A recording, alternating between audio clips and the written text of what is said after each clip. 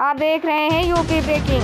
Ashokpur railway crossing के पास अधेड़ की ट्रेन से कटकर हुई मौत। अमोली कला निवासी विक्रम गौतम पुत्र राम किशुन गौतम परिवारिक जनों का कहना है इनकी तबीयत काफी दिनों से खराब चल रही थी, जिसके कारण कई बार घर से भाग चुके हैं और परिवार के लोग ढूंढ के वापस लाए। कल दोपहर 2 बजे से यह गायब है। परिवार के लोग इनकी काफी खोजबीन की।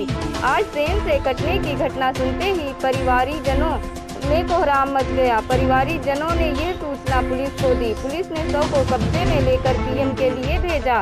रामनगर बाराबंकी से हरीश यादव की रिपोर्ट। ताज़ा खबरों के लिए सब्सक्राइब करें यूपी ब्रेकिंग।